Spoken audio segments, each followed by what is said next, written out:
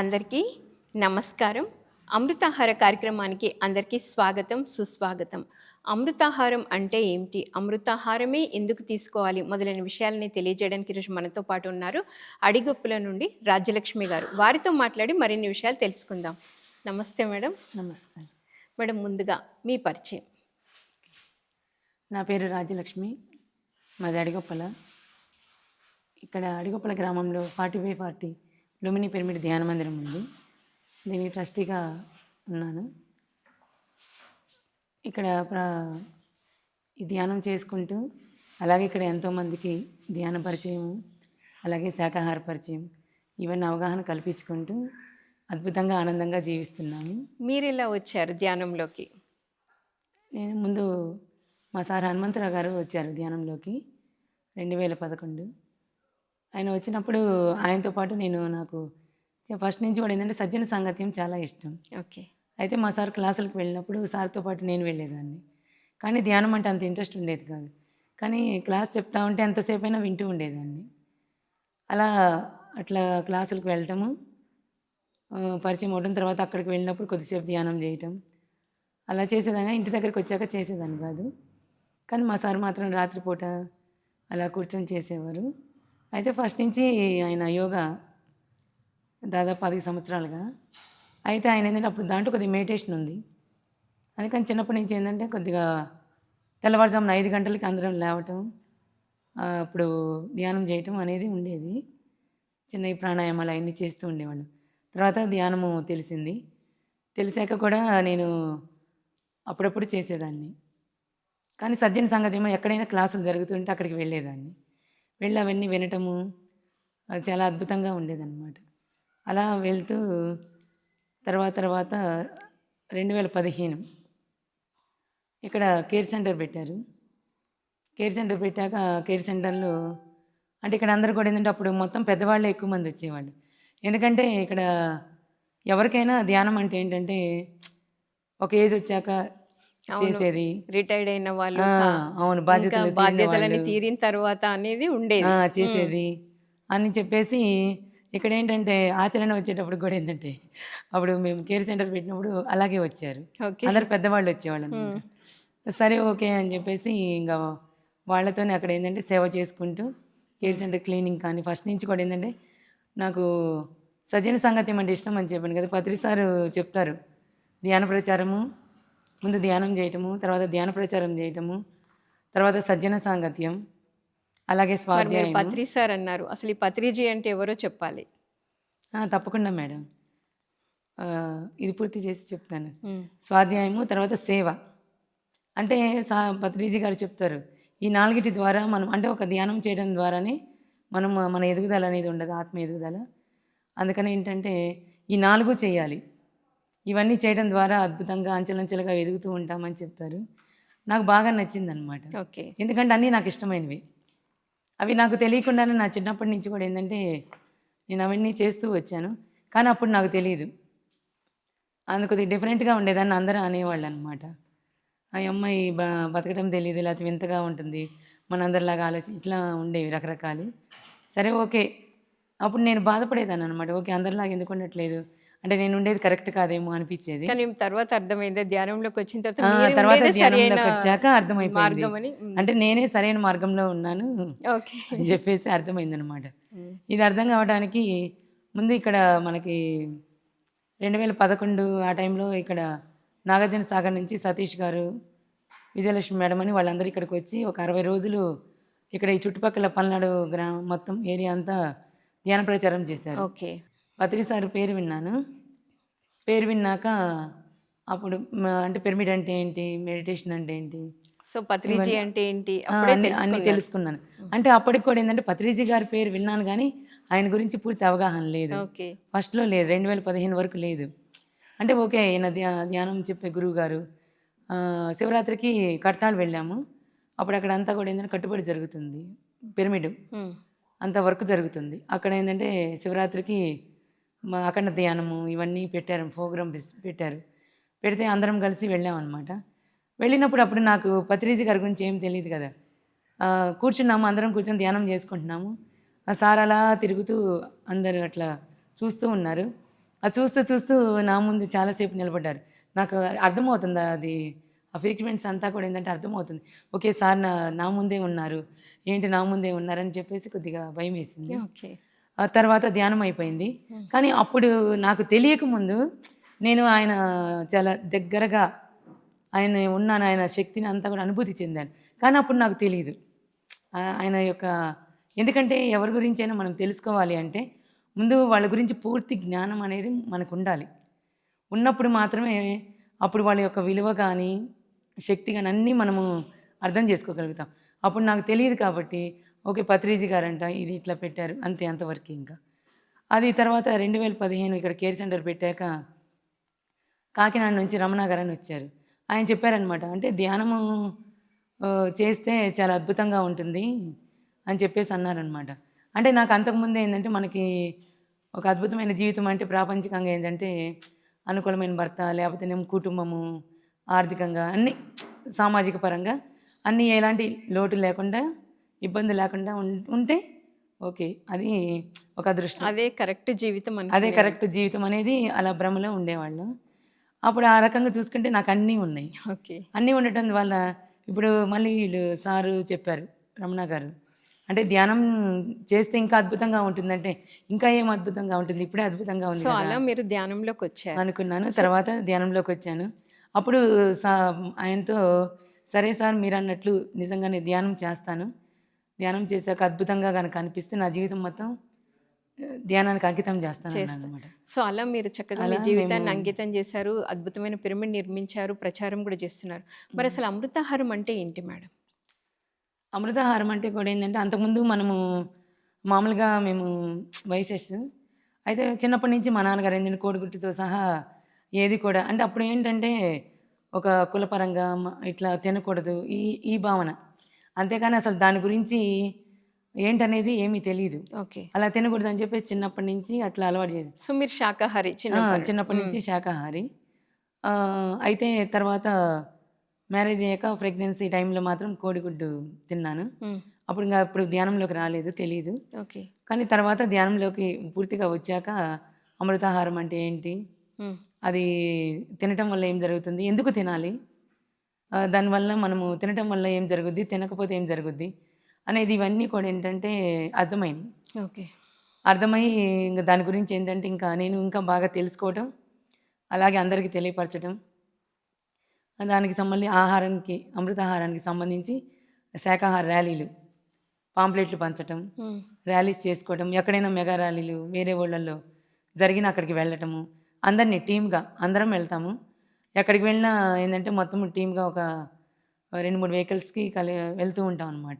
Okay. ఎక్కడికి వెళ్ళినా ఏంటంటే ఫస్ట్ నుంచి కూడా అది చిన్నప్పటి నుంచి కలిసి ఉంటే కలదు సుఖం. ఈ పదం నాకు ఎందుకంటే చిన్నప్పటి నుంచి కూడా నేను ఇప్పుడు స్పిరిచువల్ బుక్స్ చదువుతున్నాను. ఇదివరకు ఏంటంటే ప్రాపంచికంగా ఉన్నప్పుడు అప్పుడు భారతం, రామాయణం కానీ, నవల్స్ కానీ అన్నీ నేను చదవని రచయిత అంటూ లేరు. ఓకే. డిటెక్టివ్స్ అన్నీ ఏ టు జెడ్ అన్నీ. ఎందుకంటే ప్రతి ఒక్క దాంట్లో నేను తెలుసుకోవాలి అనే చిన్నప్పటి నుండే స్వాధ్యాయం మీద ఆసక్తి ఉంది. సో మరి చాలా మంది అంటారు కదా మేడం, గుడ్డు శాకాహారమే కదా, తింటే ఏమవుతుంది అంటారు. దీనికి మీరు ఏం చెప్తారు? అంటే గుడ్డు శాకాహారము అవ్వదు మేడం. ఎందుకంటే ఇప్పుడు ఆ కోడిపిల్ల ఎలా తయారవుతుంది, ఆ గుడ్డులో ఉన్న జీవం నుంచే కదా. మరి ఆ జీవం అంటే ఏంటది? మరి అది ఒక ప్రాణి యొక్క శక్తే కదా. అది ఇప్పుడు మనము గర్భం దాలుస్తున్నాము అంటే లోపల ముందు ఎలా ఉంటుంది, ముందు ఉత్పత్తి ఎలా అవుతుంది, ఒక జీవమే ఉత్పత్తి అవుతుంది. ఆ జీవశక్తి ద్వారానే తర్వాత ఆకారం అనేది ఏర్పడుతుంది. మరి దానికి కూడా అలాగే జరుగుతుంది. మరి అలా జరుగుతున్నప్పుడు మరి ఇంకా అది ఎలా శాకాహారం అవుతుంది అంటే అది కూడా ఒక ప్రాణమే కాబట్టి అది మాంసాహారం కిందకే వస్తుంది. శాకాహారం అనేది అవ్వదు. అది మనము మాంసాహారం మానుకోవాలి, శాకాహారం అనేది తినాలి. గుడ్డుతో సహా అన్నీ మానేయాలి. ఎందుకంటే దాంట్లో కూడా జీవం ఉంది. మనలాగనే అది ఉత్పత్తి చేస్తుంది, అలాగే మనలాగే జీవిస్తుంది, మనలాగే అన్నీ వాటికి సంబంధించినవన్నీ ఎమోషన్స్ అన్నీ ఉన్నాయి. ఓకే. మనము తెలియచేస్తున్నాము, అవి వాటి భాషలో తెలియజేస్తున్నాయి, కానీ మనకు వాటి భాష తెలియదు. మనం ఎప్పుడైతే ప్రకృతికి దగ్గరగా ఉంటామో ఎందుకంటే మొత్తం ఈ సమస్త సృష్టి అంతా పరమాత్మ శక్తి. పరమాత్మ శక్తిలో అన్నీ ఉన్నాయి. అన్నీ ఉన్నప్పుడు అన్నిట్లో జీవం ఉంది. వాటన్నిటిని మనం అర్థం చేసుకొని ఎప్పుడైతే అనుభూతి చెందుతామో వాటి ఎమోషన్స్ కూడా మనకు అర్థమవుతాయి. ఓకే. వాటి బాధ కానీ, అవి ఎలా ఎదుగుతున్నవి, ఆ ఎదగటం కోసం మనం ఎలాగైతే మనము అంచెలంచెలుగా మనము అన్ని రకాలుగా మనం ఎలా కష్టపడుతున్నామో కష్టపడుతున్నామో చేస్తున్నామో అలాగే వాటి పరిధిలో అవి కూడా అలాగే ఎదుగుతూ ఉన్నాయి అన్నమాట. ఇదంతా అర్థం అవ్వాలంటే ముందు మనకి జ్ఞానం కావాలి. మళ్ళీ జ్ఞానం అంటే మళ్ళీ ప్రాపంచిక జ్ఞానం ఉంది, కానీ దాని ద్వారా మనకేంటంటే పైపైన తెలుస్తుంది. కానీ మనకి ఆత్మకు సంబంధించిన జ్ఞానం కావాలి. ముందు మనం ఎవరో తెలుసుకోవాలి. ఎప్పుడైతే అసలు ఒక జీవి ఎలా ఉద్భవిస్తుంది, అసలు ఏంటి దాని రహస్యం ఏంటి, ఇలాంటివన్నీ పూర్తిగా అవగాహన కావాలంటే ముందు మనము కొన్ని నమ్మకాలు, అంటే ఇప్పటి వరకు మనం చిన్నప్పటి నుంచి మన సమాజంలో ఎన్నో నమ్మక వ్యవస్థ కొన్ని వింటూ ఉంటాము, వాటిని ఫాలో అవుతూ ఉంటాము. అవి మంచిదని చెప్తే వెంటనే ఆచరిస్తూ ఉంటాము. అంటే దానికి తిరిగి ప్రశ్న వేయటం కానీ ఆలోచించడం కానీ, ఒకవేళ మనం ఆలోచిద్దాము అనే ప్రయత్నం చేసినా సరే మీకు తెలియదు, మీరు చిన్నపిల్లలు, మేము పెద్దవాళ్ళం, మా అనుభవం మీకు లేదు, ఇలాంటి మాటల ద్వారా కూడా ఏంటంటే అంటే మనలో కొద్ది ఒక ప్రశ్న తలెత్తినప్పుడు కూడా దాన్ని కూడా ఏంటంటే ఇలాంటి మాటలు ఆలోచనల వల్ల ఏమవుతుందంటే అక్కడ స్వేచ్ఛ అనేది హరిస్తున్నారు, కోల్పోయి కోల్పోయి ఇంకా మనం ప్రశ్నించడమే మానేస్తున్నాము. మానేసి ఇంకా వాళ్ళు చెప్పింది ఓకే నమ్మటం మొదలుపెట్టాము. సో మీరు అన్నారు వాళ్ళు ఏది చెప్తే అదే ఆచరిస్తూ వచ్చాము, మనం ప్రశ్నించడం కూడా మానేసాము అన్నారు. సో ఒకప్పుడు మేడం ఈ బలులు ముఖ్యంగా గ్రామాల్లో గ్రామ దేవత ముందు బలులు ఇవ్వడం ఇవన్నీ చేస్తూ ఉంటారు. సో మరి అది కూడా వాళ్ళు ఒక ఆచారం కింద చేస్తున్నారు. దీన్ని మానిపించి వాళ్ళు అక్కడ శాకాహారం తీసుకురావాలంటే మీరు ఎలాంటి ప్రయత్నాలు చేస్తారు? అది ముందు ఏంటంటే అక్కడ ఉన్న ముందు అందరిలో అవగాహన కల్పించాలి అంటే ముందు మనం చెప్పేది వినాలి. అంటే ముందు వినేలా ముందు మనము చేయాలి. అలా చేయాలంటే ముందు ఏంటంటే వాళ్ళకి ధ్యాన పరిచయం చేయాలి. ఆ ధ్యాన పరిచయం చేయడం ద్వారా వాళ్ళలో ఏంటంటే ముందు మనసు స్థిమితపడి మొత్తం ఎంప్టీ మైండ్ అవుతుంది. తర్వాత ఏంటంటే ఎప్పుడైతే ఈ మనసు ఒక అలలలుగా రకరకాల ఆలోచనలతో అది ఒక చోట స్థిరంగా ఉండనప్పుడు ఏంటంటే మనం కూడా అటు ఇటు పరిగెడుతూ ఉంటాము. ఎప్పుడైతే ధ్యానం చేయడం వల్ల ఏమవుతుందంటే ఒక స్థిరత్వం అనేది వస్తుంది. ఈ స్థిరత్వం వచ్చినప్పుడు ఎప్పుడైతే అంతా నిశ్శబ్దంగా ఉంటుందో అప్పుడు మనము ఏం చేస్తున్నాము, ఏం చేయాలి, ఏం చేయకూడదు, ఎవరు ఏం చెప్తున్నారు, ఇవన్నీ కూడా వాటి మీద శ్రద్ధ పెడతాం అన్నమాట. అది ముందు ఆ స్థితి రావాలి. ఆ స్థితి రానంత వరకు మనం ఎంతసేపు కూర్చోబెట్టి చెప్పినా ఏ రకంగా చెప్పినా కానీ వాళ్ళు వినరు. అందుకని ఏంటంటే ముందు ధ్యానము పరిచయం చేయాలి. అయితే ఈ ధ్యానానికి సంబంధించి ముందు ఇక్కడ ఈ పిరమిడ్ ఏర్పాటు అయిందన్న 2015లో కేర్ సెంటర్ అక్కడ ఏర్పాటు జరిగింది. సో ఈ పిరమిడ్ పేరేంటి మేడం? లుంబిని పిరమిడ్ ధ్యాన మందిరం అడిగొప్పల్లో ఉంది. అడిగొప్పల గ్రామంలో లుంబిని పిరమిడ్ ధ్యాన మందిరం. ఇది 40/40 మనకి అంటే భూమి మీద కట్టబడిన పిరమిడ్, పల్నాడు జిల్లాలో అతిపెద్ద పిరమిడ్. ఓకే, మనకి అలాంటిది ఇంత అద్భుతమైన పిరమిడ్ ఈ మారుమూల పల్లెటూరులో ఉందనేది ఎవరికి తెలియదు. ఇది పల్లెటూరు కూడా పెద్దదే, ఊరు పెద్దదే. కాకపోతే ఏంటంటే ప్రతి ఒక్కటి కూడా ఏంటంటే మనము ప్రచార పరంగా అది మనం తెలియజేయటంలో కొంత జాప్యం అనేది జరిగింది. ఎందుకంటే ముందు ఇవన్నీ కూడా ఏంటంటే ప్రతి ఒక్కటి అంటే నేను ఈ ధ్యానంలోకి వచ్చాక అంతకుముందు నాకు పుస్తక పరిజ్ఞానం ఉంది, కానీ ఆచరణ లేదు. అప్పుడు సామాజిక సమస్యల గురించి, ముందు స్త్రీ గురించి మెయిన్ ఎన్నో విధాలుగా అణిచివేతకు గురవుతూ ఉంది, శారీరకంగా, మానసికంగా. సో అలాంటి వాటి పట్ల మీకు ఎక్కువ ఆసక్తి ఉండేది. సో మరి ఈ పిరమిడ్కి వస్తూ ఉంటారు కదా మేడం చాలామంది, మీరు అన్నారు ఈ పల్నాడు జిల్లాలో ఇదే పెద్ద పిరమిడ్ అన్నారు. సో వస్తున్న వాళ్ళకి ముందు మీరు ధ్యానం చెప్పి తర్వాత వాళ్ళు శాకాహారులు అవ్వడానికి మీరు ఎలాంటి ప్రయత్నం చేస్తూ ఉంటారు? శాకాహారానికి సంబంధించి అంటే ముందు వాళ్ళకి అవగాహన కల్పించడం, ఇంట్లో రకరకాల పరిస్థితులు. ఎందుకంటే ఇందాక చెప్పాను అంటే ఒక స్త్రీకి స్వేచ్ఛ లేదు. ఎందుకంటే తను సొంత నిర్ణయాలు తీసుకోవడానికి కానీ, ఏదైనా వర్క్ చేయడానికి కానీ, సరే ఇది నేను ఒకటి ఇప్పుడు మిమ్మల్ని అంటారు కదా మేడం, మీరంటే వైశ్య కుటుంబంలో పుట్టారు. మీకంటే తినమని అడిగారు. మేము తినే కుటుంబంలో పుట్టాము. మేము తినాలి గదా అంటారు. అప్పుడు మీరేం చెప్తారు? అవును. అంటే అప్పుడు మనము అంతకుముందు కూడా ఏందంటే మనకి అవగాహన పరంగా ఏందంటే అందుకే ఒక కుల పరంగానే అంటే మనం ఇంక ఇదంతా సబ్జెక్ట్‌లోకి వెళ్తుంటే చాలా లోతుగా ఉంది. ఈ లోతులో కూడా ఏందంటే మనకి బ్రాహ్మణ్స్, వైశ్యస్ అంటే ఇక్కడ ఇయన్నీ అంటే ఇవన్నీ కూడా ఏందంటే మనము మళ్ళీ మన జన్మ పరిణామ క్రమంలో జరిగే ప్రాసెస్ ఇదంతా. కానీ అదంతా మనకి తెలియనప్పుడు ఏందంటే ఓకే. కులాల పరంగా ఇలా ఆలోచిస్తూ వీళ్ళు తినకూడదు, వీళ్ళు తినొచ్చు అనేది ఉందన్నమాట. అలా కాదు. ఇక్కడేంటంటే జన్మ పరిణామ క్రమంలో అంచెలంచెలుగా మనము, మనము రెడీ ఇక్కడ వస్తూ ఈ భూమి మీదకొస్తూ అన్నీ ఒక్కొక్కటి నేర్చుకుంటూ ఎదుగుతూ వస్తున్నాము. ఇవన్నీ కులాలు ఇవన్నీ కూడా ఏందంటే మనం ఇక్కడ ప్రాపంచికంగా ఇక్కడ మనం ఇక్కడ ఈ భూమి మీద ఏర్పరచుకున్నవే. కానీ ప్రతి ఒక్క మనిషి ఏంటంటే శాకాహారమే తినాలి. సాత్విక ఆహారమే తినాలి. ఎందుకంటే మన శరీరం కూడా అలాగే నిర్మాణమైంది. అలాగే మన మనస్సు, బుద్ధి ఇవన్నీ కూడా మనం ఆలోచన విధానం వేరు. జంతువులు అసలు వాటికి ఆలోచన అనేది ఉండదు. వాటికి ఉన్నా కానీ పరిమితి. అంటే అవన్నీ కూడా ఏందంటే ప్రకృతి పరంగా అంటే వాటి జన్మ పరిణామ క్రమాన్ని బట్టి వాటి జ్ఞానం అనేది ఏర్పాటు అనేది జరిగింది. దాని ప్రకారంగా అవి చేసుకున్నాయి.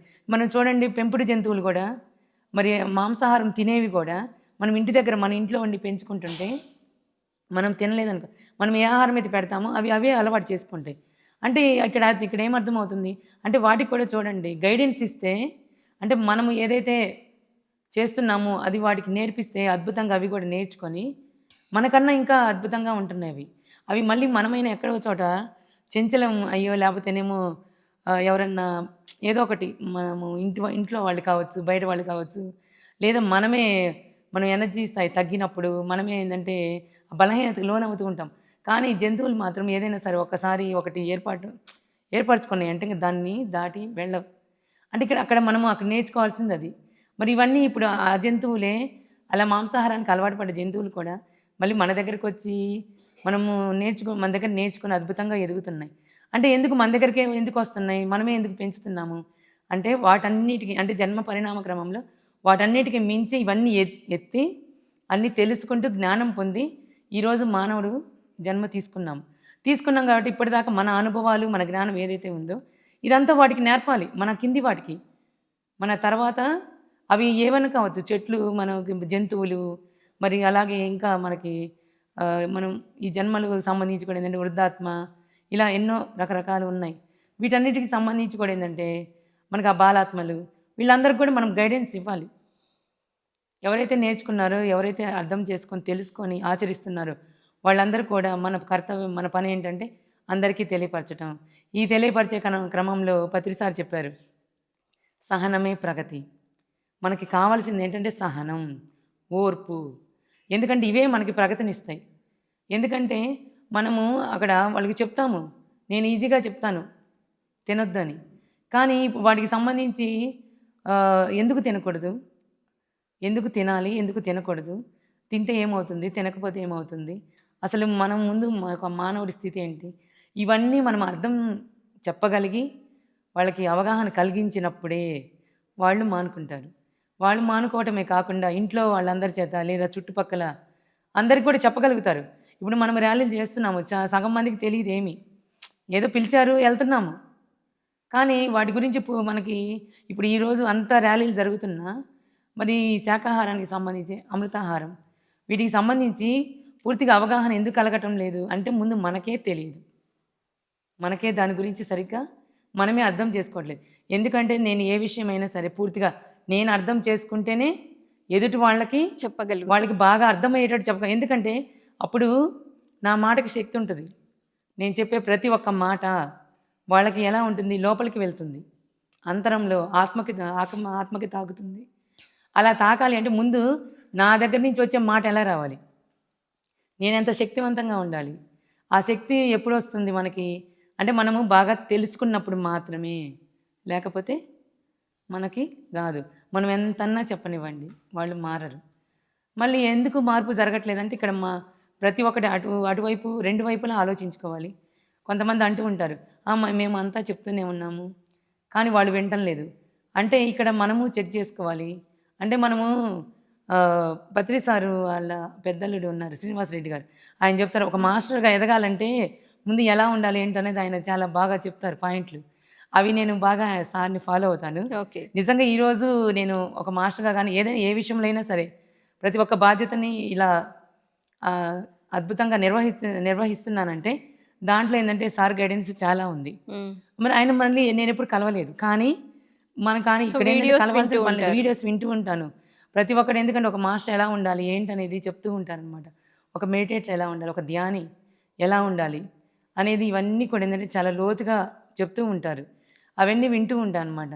అవి వినటం వల్ల చాలా అద్భుతంగా అంటే ఓహో! అంటే మన దగ్గరికి వచ్చే వాళ్ళకి ఎలా గైడెన్స్ ఇవ్వాలి, ఎలా చెప్పాలి మనం, ఎలా చెప్తే వింటారు. ఈ చెప్పడం కోసం ముందు మన దగ్గర ఏముండాలి, ముందు మనం ఏం పొందాలి, ఇవన్నీ కూడా ఏంటంటే చాలా అద్భుతంగా నేర్చుకున్నాను. తర్వాత పత్రి సారు ప్రతి ఒక్కళ్ళు నేను ఒకటే ఈ సృష్టి మొత్తం గురువే మేడం నాకు. నేను ఇదే ముందు ఫస్ట్ అనుకుంటాను. ఎందుకంటే మనం ఇలా అనుకోగలిగితేనే అందరి దగ్గర నుంచి నేర్చుకుంటాం. లేకపోతే ఇక్కడ ఏంటంటే వీళ్ళు చిన్నవాళ్ళు, వీళ్ళు పెద్దవాళ్ళు, వీళ్ళు అది, వాళ్ళు ఇది, ఇలాంటి రకరకాల మైండ్ సెట్ ఆలోచనలు ఉంటాయి. ఇలాంటి ఆలోచన విధానం మన దగ్గర ఉన్నప్పుడు ఏంటంటే వాళ్ళని యాక్సెప్ట్ చేయలేము మనం. వాళ్ళు చెప్పింది వినలేము. వాళ్ళు చెప్పింది వినాలి అంటే ఇక్కడ నేను ఎప్పుడు నిరంతరం నేర్చుకునే విద్యార్థిగా ఉండాలి. విద్యార్థిగా ఉండాలంటే ఎప్పుడూ నేను అందరినీ గురువుగా భావించాలి. ఎప్పుడైతే అందరినీ గురువుగా భావిస్తానో అప్పుడు ఆటోమేటిక్గా వాళ్ళ దగ్గర నుంచి నేర్చుకుంటూ నాకు సబ్జెక్ట్ అనేది నాకు కావాల్సింది అందుతూ ఉంటుంది. Yes madam. సో ఫైనల్గా అమృతాహారం గురించి మీరు ఇచ్చే మెసేజ్. అమృతాహారం గురించి అంటే ఇదివరకు నేను ఫస్ట్ నుంచి నాకు అలవాటు లేకపోయినా నేను మామూలుగా శాకాహారిగా ఉన్నా సరే అప్పుడు నాకు వాటి గురించి అవగాహన లేదు. అలా తింటున్నాం అంటే ఎవరో చెప్పారు తింటున్నాం. కానీ ధ్యానంలోకి వచ్చాక మాత్రం ఇది బాగా తెలుసుకొని నిజంగా అంటే ఇది కూడా నేను చెక్ చేసుకున్నాను. అంటే అలా అంటే చెక్ చేసుకోవడం అంటే మనము కొన్ని మనకి వెజిటేబుల్స్లో కూడా ఎల్లిపాయ ఒకటి ఇలాంటి కొన్ని రజోగుణం అంటే మనలో ఉన్న గుణాలని చంచలంగా అంటే స్థిరత్వంగా ఉంచకుండా చంచలంగా చేసేవి కొన్ని ఉన్నాయి. అవి మసాలా ఫుడ్ ఇట్లా కొన్ని ఉన్నాయి అనమాట. వాటి వల్ల కూడా ఏంటంటే ఎఫెక్ట్ కొంత అర్థమవుతుంటుంది. అది తీసుకున్న రోజు మన ప్రవర్తన కానీ, మన ఆలోచన విధానం కానీ, ఎమోషన్స్ కానీ ఇవన్నీ ఎలా ఉంటాయి అనేది అక్కడ నాకు అర్థమయ్యేది. అంటే ఇక్కడ ఏంటంటే స్వాధ్యాయం అంటే బుక్స్ చదవటం ఒకటే కాదు. ఇక్కడ ఏంటంటే పత్రి సార్ ఏం చెప్పారంటే స్వాధ్యాయం అంటే ప్లస్ అధ్యయనం అంటే ముందు మనల్ని మనం అధ్యయనం చేసుకోవాలి. అధ్యయనం చేసుకున్నప్పుడు ఏమవుద్దంటే నేను ఎప్పుడు ఏ క్షణంలో ఎలా ఉంటున్నాను అనేది నాకు అర్థమవుద్ది. అర్థమైనప్పుడు దాన్ని నేను మార్చుకోగలుగుతాను. అందుకని ఇది కూడా ఏంటంటే మనకి ఈ అమృత ఆహారం అద్భుతంగా ఉపయోగపడుతుంది ధ్యానం చేసుకోవడానికి. అలాగే మళ్ళీ మనం ఇంకా దీంట్లో ఏంటంటే పత్రి సార్ చెప్తారు జ్ఞానం అనేది అనంతమైంది, శక్తి అనంతమైంది. అంటే ఇంకా ఇదేంటంటే పొందుతా ఉంటే ఇంకా ఉంది, చాలా ఉంది. ఇంకా మనము నేర్చుకోవాలి, తెలుసుకోవాలి, ఇంకా పెంచుకోవాలి అంటే ఇది సాత్విక ఆహారం అనేది మనకి అమృతాహారం చాలా అద్భుతంగా ఉపయోగపడుతుంది. దీని ద్వారానే మనము ఎదుగుతాము. Thank you madam. మరి ఎంతో అద్భుతంగా ఆధ్యాత్మిక ఎదుగుదలకి అమృతాహారమే ముఖ్యమని, మరి మీరు ఒక అద్భుతమైన పిరమిడ్ నిర్మించి దాంట్లో కూడా మీరు అమృతాహారం ప్రాముఖ్యత తెలియజేస్తున్నారు. Thank you madam. Thank you so much. Okay madam, thank you. ఈ గొప్ప అవకాశం ఇచ్చినందుకు పత్రిజీ గారికి అలాగే పిఎంసి ఛానల్ వాళ్ళకి కూడా నా ధన్యవాదాలు. అలాగే ఏంటంటే ఈరోజు ఇంకా నాకు పత్రిజీ గారు ఇంకా గొప్ప అవకాశం ఇచ్చారు. ఎందుకంటే పల్నాడు జిల్లాకి పిఎంసి ఇన్ఛార్జిగా కూడా నాకు ఈ బాధ్యత ఇచ్చి అంటే ఛానల్ ద్వారా ఇప్పుడు మనం ఇక్కడ కూర్చున్నాము, ఇక్కడ ఈ 10 మందే ఉన్నారు. కానీ ఇక్కడ నేను చెప్పే ప్రతి ఒక్క మాట కూడా ఏంటంటే ప్రపంచవ్యాప్తంగా అందరూ తెలుసుకుంటారు. ఎక్కడ వాళ్ళు అక్కడే ఉండి కూడా అద్భుతంగా వినగలుగుతారు. అందుకని ఇంత గొప్ప అద్భుతమైన ఛానల్ని పత్రి సార్ మనందరికీ అందించినందుకు పత్రిజీ గారికి వేల కృతజ్ఞతలు తెలుపుకుంటున్నాను. Thank you. సో విన్నారు కదండి, మరి పల్నాడు జిల్లాకి ఇన్ఛార్జిగా ఉన్నారు సీనియర్ పిరమిడ్ మాస్టర్ రాజ్యలక్ష్మి గారు. సో అంతటితోనే ఆగిపోకుండా మేడము మరి వాళ్ళ ఊర్లో ధ్యాన ప్రచారం, అమృతాహార ప్రచారం ఎంతో అద్భుతంగా చేస్తున్నారు. అసలు ఎందుకు తినకూడదు అనేది కూడా మేడం ఎంతో అద్భుతంగా వివరించారు. మరి మరొక అమృతాహార కార్యక్రమంలో మరొక మాస్టర్తో మళ్ళీ కలుద్దాం. Thank you so much.